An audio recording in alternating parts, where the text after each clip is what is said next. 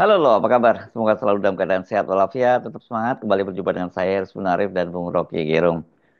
Pilkada serentak sudah selesai. Kita belum, walaupun belum ada perhitungan yang suara secara resmi, tapi kita sudah mulai mendapat gambaran siapa yang jadi pemenangnya melalui quick count di Jawa Tengah dan khususnya Kota Solo. Cawe-cawe Jokowi itu luar biasa, berhasil memenangkan kandidat yang didukungnya. Dan itu sebenarnya kita nggak terlalu terkejut ya, karena demografi pemilihnya di sana. Tapi di Jakarta, Jokowi gagal. Ya, kandidat yang diusung oleh PDI Pramono Rano mengalahkan pasangan RK Suswono. eh, dan ini walaupun belum 50% plus, tetap saja namanya kalah ya. Eh, Kalau plus apalagi ditambah dengan suara independen yang sampai 10%. Artinya ya ini sekitar 60-an% itu menolak calon yang didukung oleh Jokowi. Memang kita harus baca Jakarta itu sebagai pusat gravitasi politik Indonesia. Artinya dengan fakta bahwa rakyat Jakarta tidak memilih calonnya Jokowi itu penanda sekaligus penunjuk bahwa keadilan yang diinginkan oleh rakyat Jakarta itu juga adalah keadilan yang diinginkan oleh Indonesia. Kira-kira itu maknanya tuh. Kita tahu bahwa Jokowi ingin sekali Jakarta itu dia kuasai dan keinginan itu tentu dimaksudkan untuk memperlihatkan grip dia pada politik Indonesia. Kan itu dasarnya tuh. Dan sejumlah aktivitas sudah dirancang dari awal, dielulukan supaya pasangan Jokowi itu tampil sebagai pemenang. Presiden Prabowo bahkan harus turun lapangan untuk memastikan bahwa persiapan yang hendak membawa Ridwan Kamil ke DKI 1 harus dibuat matang sematang-matangnya. Kita bisa anggap itu sebagai perintah dari Presiden Jokowi karena kita bisa melihat bagaimana raut dan wajah Pak Prabowo misalnya waktu di Jawa Tengah harus mendukung paslon yang dipilihkan oleh Jokowi, demikian juga di Jakarta. Tapi Jakarta punya kondisi psikologi yang lain tuh. Karena itu mudah dimengerti kenapa Prabowo hanya membacakan surat atau hanya surat dukungan itu yang dibacakan, bukan ikut kampanye langsung. Tapi itu semua sudah selesai dan PDIP memenangkan Pilkada Jakarta. Penanda pertama bahwa kemampuan PDIP untuk bertanding itu tetap unggul dan kemampuan PDIP untuk menghalangi cawe-cawe Jokowi atau manipulasi Jokowi itu bisa atau sudah dipersiapkan dari awal. Jadi PDIP menduga dari awal bahwa Jokowi akan mengacak-acak Jakarta, maka sebagai partai yang konsisten untuk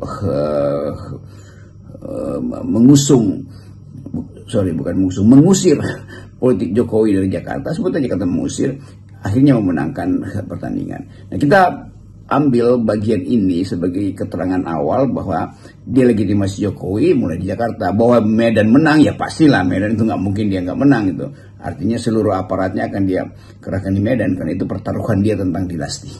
Hasil pilkada di Jakarta ini sangat menarik, Bung Rocky. Selain kita dapat kepastian bahwa warga Jakarta menolak Jokowi, artinya lebih memilih PDIP yang yang didukung oleh Ibu Megawati dan juga tentu Anies Baswedan di situ. Tapi juga tadi itu yang saya singgung, perolehan suara kandidat independen Dharma Pangrekon itu secara mengejutkan mendapatkan suara 10%. Ya kendati real count-nya belum diucapkan oleh KPU, tetapi fakta ini sudah menunjukkan bahwa Jokowi tekor banyak di Jakarta. Kita bayangkan bagaimana persiapan Jokowi untuk menangkan Ridwan Kamil, ratusan miliar pas sudah beredar. Ternyata rakyat Jakarta tidak mempan, dibujuk dengan uang. Dan itu penanda pertama bahwa Jakarta ini udah jadi kota yang tidak mungkin lagi dipermainkan secara manipulatif. Yang menarik juga ada Pak Dharma Pangrekon yang dapat limpahan suara 10% lebih. Itu petunjuk juga bahwa Jakarta punya semacam otonomi untuk memilih seseorang sebut aja sengeyel-ngeyelnya orang menganggap bahwa Dharma Porengko itu datang dengan ide-ide yang unbelievable atau yang out of the box. Faktanya bahwa ada sejumlah orang Jakarta yang menganggap enggak, itu masuk akal keterangan itu. Mungkin dianggap bahwa siapapun yang punya ide yang entah yang serius atau yang bahkan sangat serius atau ada dalam dimensi yang irasional, tetap ada bagian dari masyarakat Jakarta yang menginginkan supaya ide-ide yang non mainstream itu juga harus diberi kesempatan. Dan sebagai calon independen, Dharma itu datang dengan ide yang orisinil sebetulnya, dan keoriginalan itu yang menarik perhatian rakyat Jakarta. Dengan kata lain, rakyat Jakarta juga punya hak untuk menerima pikiran-pikiran yang tidak mainstream. Saya kira itu yang penting untuk kita catat dari kemenangan atau dari perolehan suara yang signifikan, yaitu 10%, di atas 10% dari Dharma Porengko, yang dia mulai dari nol, beda dengan paslon yang lain yang sebetulnya pengenalan likability atau pengenalannya udah ada tuh. Jadi Dharma Porengko itu fenomenal juga tuh, karena dia dari nol pergi ke 10%. Tentu Ridwan Kamil bukan dari nol, Ridwan Kamil pasti udah dari mungkin 30% penerimaan, lalu melesat dan nggak nyampe juga untuk memimpin Jakarta. Demikian juga Pramono Anung dan Dul, itu dua-duanya udah dikenal oleh publik Jakarta. Jadi fenomena Dharma Porengko ini menunjukkan bahwa Jakarta mampu untuk mengucapkan sesuatu yang di awal mungkin dilihat sebagai aneh gitu, tapi akhirnya mesti diterima juga fakta bahwa sebagian rakyat Jakarta punya pengertian tertentu tentang politik. Itu sensasi keduanya. Katakanlah nantinya ini ya, pasangan Pramono dan Rano Karno itu tidak sampai 50% persatu dan kemudian terjadi putaran kedua, dan kita pasti memastikan itu mereka Jokowi dan juga Kim Plus itu akan all out dengan berbagai cara, termasuk menghalalkan berbagai macam cara untuk menangkan pilkada. Tapi sesungguhnya pesannya itu sekarang sudah sangat jelas bahwa warga Jakarta mayoritas sudah menolak mereka. Karena tadi kalau saya katakan, kalau kita gabungkan suara Pramono Rano dengan Dharma Porengko itu kan ya sekitar 50%, plus minus 60%. Ya, isu berikutnya atau isu ketiga adalah soal semacam pukulan juga buat Pak Prabowo, karena beliau datang untuk memenangkan Ridwan Kamil tapi akhirnya dia kalah. Itu petunjuk bahwa Jakarta punya catatan tertentu terhadap kehadiran Pak Prabowo sebagai jurkamnya Ridwan Kamil. Jadi rakyat sebetulnya memberi pesan bahwa Pak Prabowo, Anda itu presiden, Anda itu kepala negara, ngapain masih turun untuk membela seseorang yang bahkan Pak Prabowo sebetulnya sudah harus tahu dari awal bahwa Ridwan Kamil dan pasangan Suswono itu tidak disukai oleh masyarakat Jakarta karena ada etika yang dilanggar, yaitu menghina perempuan. Dan itu satu penanda bahwa dua pasangan ini atau pasangan ini berdua itu kematangan etisnya itu sangat dangkal. Jadi itu semacam hukuman bahwa rakyat Jakarta itu tidak ridho dengan si Ridho ini. Kira-kira begitu keterangan kita. Dan kemampuan inilah yang memperlihatkan potensi Jakarta untuk tumbuh secara sekuler, tumbuh secara kosmopolit. Dan politik memang harus juga didasarkan pada ide-ide yang sifatnya kosmopolit. Jadi kalau nggak ngerti tentang gender ya jangan masuk di Jakarta. Kalau masih bermain politik identitas itu nggak akan menang di Jakarta. Seperti saudara Marwarar yang berupaya untuk menyelundupkan secara sublim politik identitas, dia tidak bisa diterima.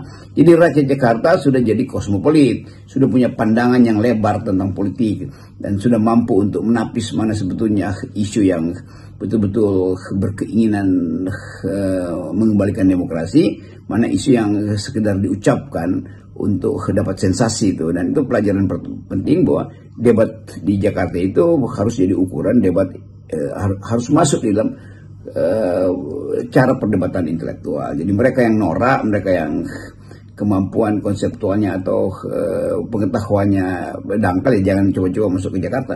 Nah, itu hal yang juga menggembirakan kita bahwa tema-tema diskusi di Jakarta, tema-tema kampanye di Jakarta itu tertapis dengan sendirinya oleh kondisi masyarakat Jakarta yang sebagian besar lulusan, ya mungkin ya pasti lulusan SMA atau sebagian besar duduk di perguruan tinggi. Nah, itu pentingnya politik dikembalikan pada wilayah intelektual. Nah, penting juga nih kita soroti reaksi dari Ibu Megawati yang khususnya langsung menyoroti hasil pilkada di Jawa Tengah, dan dia mengkait-kaitkan demokrasi terancam mati karena adanya cawe-cawe Jokowi. Saya kira sebenarnya bukan terancam mati ya, memang sekarang ini demokrasi yang sudah mati, tapi kemudian memang terjadilah kita sebut anomali. Tapi ini anomali yang baik, yang positif, yakni dengan hasil pilkada di Jakarta. Ya, saya ikuti tadi pidato singkat dari Ibu Mega. Tentu Ibu Mega ya bergembira dengan sendirinya karena calon PDIP itu Pramono Anung dan Rano Karno memenangkan perolehan suara di Jakarta. Tapi ada hal yang masih tetap ingin dipesankan oleh Ibu Mega, yaitu bahwa demokrasi itu harus betul-betul ditanamkan di dalam semua peristiwa politik. Bahwa nilai yang hendak diraih oleh PDIP bukan sekedar kemenangan pasangan ini, tapi memberi peringatan bahwa jangan sampai aparat itu tetap bisa diperintah oleh kekuasaan, kan itu intinya. Jadi terlihat memang Ibu Mega mungkin berhitung bahwa kalau nggak ada intervensi aparat, pasangan Pramono Anung dan Rano Karno itu bisa melesat mungkin sampai ke 57% itu. Tapi oke, itu udah terjadi, dan Ibu Mega tentu seperti biasa menumbuhkan kembali semacam optimisme bahwa Indonesia bisa ditata kembali, bahwa Indonesia bisa diandalkan lagi sebagai negara demokratis itu. Dan kita mengerti bahwa PDIP di banyak tempat itu tersingkir tuh, dan itu penanda bahwa bagi PDIP kekuasaan masih bermain di banyak tempat di negeri ini. Tetapi sekali lagi PDIP memenangkan Jakarta artinya menang terhadap Jokowi. Itu satu booster psikologi, semacam dukungan moral yang habis-habisan supaya PDIP bisa meneruskan protes-protes atau sebut aja mengungkapkan kejanggalan-kejanggalan dalam pilkada di Indonesia, dan mulai memperlihatkan visi yang lebih determinatif itu, yaitu menghendaki supaya kejahatan pilkada ini juga dibongkar. Kan dengan melaporkan, atau saya kira cukup bukti bagi PDIP untuk memulai mengumpulkan dalil untuk diajukan dalam bentuk protes ke pengadilan, kan, sebagai kasus gitu. Nah, itu penting supaya peristiwa-peristiwa kejanggalan atau bahkan yang terang-terangan berupa money politics atau pengerahan aparat untuk mempengaruhi publik atau memaksa publik itu bisa didengar oleh publik luas, termasuk publik internasional, sehingga ada teguran atau ada persepsi tertentu terhadap demokrasi Indonesia.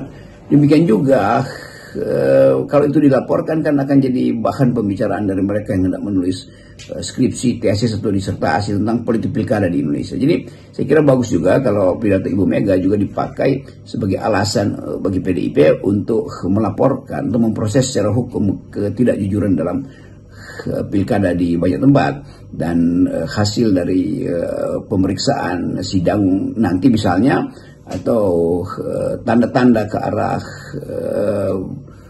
sebut aja keputusan yang memungkinkan PDIP menjadikan kasus-kasus ini sebagai kasus akademis. Jadi akan diperiksa juga data-data itu, dan itu yang akan jadi umpan bagi kalangan, terutama kalangan kampus kita, untuk membaca politik dengan memanfaatkan bukan sekedar kesalahan, tapi kesengajaan untuk menyelenggarakan politik pilkada dengan cara yang manipulatif. Dan itu hal yang memungkinkan kita melihat atau belajar bahwa pilkada hari ini juga ada pelajaran penting, bahwa upaya untuk merusak demokrasi tetap dijalankan, Tapi sekali lagi ada bagian dari masyarakat yang tidak terpengaruh oleh upaya itu. Minimal berupaya untuk menghalangi upaya itu berhasil, dan itu ada di Jakarta. Jadi selamat buat PDIP yang memenangkan pilkada di Jakarta, dan Jakarta sekali lagi itu adalah miniatur Indonesia. Jadi sebetulnya dengan memenangkan Jakarta, PDIP memenangkan kembali satu upaya yang dimulai sejak Pilpres yang lalu, yang memungkinkan Ibu Mega mengatakan bahwa kami kembali berkuasa, dan kami kembali berkuasa untuk rakyat, bukan untuk kekuasaan. Salam akal sehat. Salam akal sehat.